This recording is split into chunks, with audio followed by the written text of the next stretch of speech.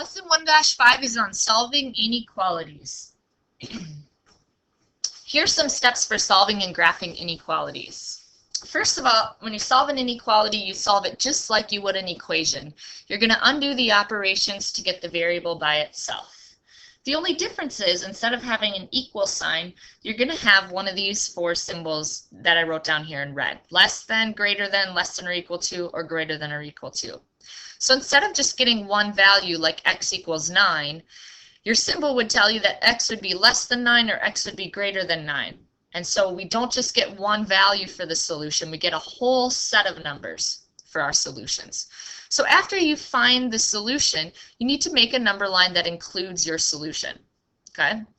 Step 3, on the number line, you're going to use an open dot for less than and greater than. And what I mean by that is whatever you get for your value, use an open dot on that number. You use a closed dot for less than or equal to or greater than or equal to. We use a closed dot to show that we are including that value because we're also equal to the number, not strictly less than or greater than. And step 4, you need to shade an arrow going to the left or to the right. And if you have the symbols less than or equal to, that means go to the left. And if you have the symbols greater than or equal to, that means go to the right. One special rule that you have to remember when you're solving inequalities is that if you multiply or divide both sides by a negative number, you have to reverse the inequality symbol. And I'll show you an example of that. Okay, so here's the first one that we're going to try. 7x minus 5 is greater than 6x plus 4. We're first going to solve it and then we'll put our solutions on the number line. Okay, so I want to get x by itself. I'm going to take away 6x on both sides. Subtract 6x on the right, subtract 6x on the left. Now 7 minus 6 gives us 1x, so x minus 5 is greater than 4. Now we want to get x by itself, so I'm going to add 5 on both sides. Always doing the opposite because negative 5 and positive 5 cancel out, so we get x is greater than 4 plus 5 is 9. At no time here did I multiply or divide both sides by a negative number, so there's no reason to switch the sign. We simply have x is greater than 9. Now on your number line, you're going to put 9 in the middle. And then I would suggest just drawing a few numbers to the right, 10 and 11, maybe just a couple, and then a couple to the left, 7 and 8. Okay, so now we have a number line centered around 9, which is what we got when we solved the equation. Okay, the symbol greater than tells us to make an open dot on 9. Okay, and I'm going to draw it above it so you can see it a little bit better. Open dot on 9, this means that 9 is not a solution. But everything greater than 9 is a solution here, and so I want to make my arrow going to the right. X is greater than 9 would be an open dot on 9 and everything going to the right. Then we're done. Let's try a second one here. Negative 0.25y is greater than or equal to 2. Okay, only one step to solve this equation here, and that is to cancel out negative 0.25. So because they're being multiplied here, the opposite of multiplying is dividing. So I'm going to divide both sides by negative 0.25. These cancel out and give me 1y. And now because I divided both sides by a negative, you have to make sure that a red flag goes off in your brain. I divided both sides by a negative. I need to reverse my symbol. So now it becomes less than or equal to, because of that special rule. And 2 divided by negative 0.25 gives me negative 8.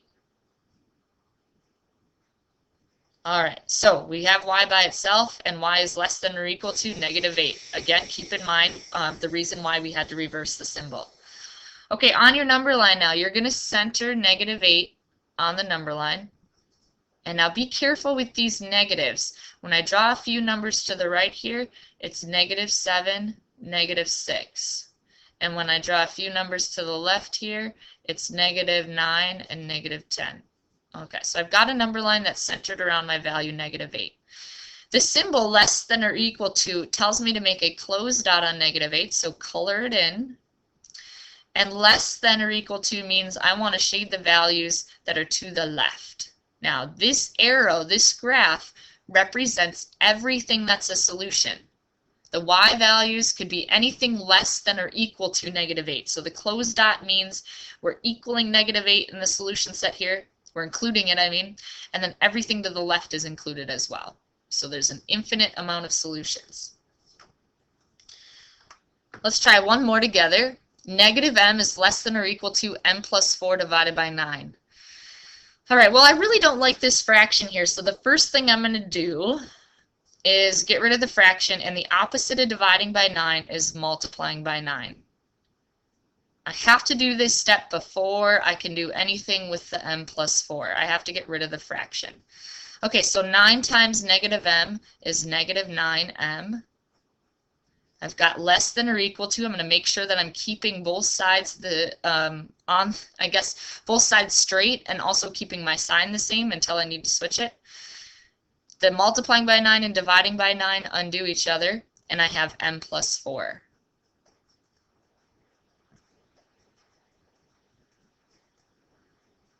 Okay, now I want to get m by itself, so I better put the two m's together. I'm going to subtract m on each side.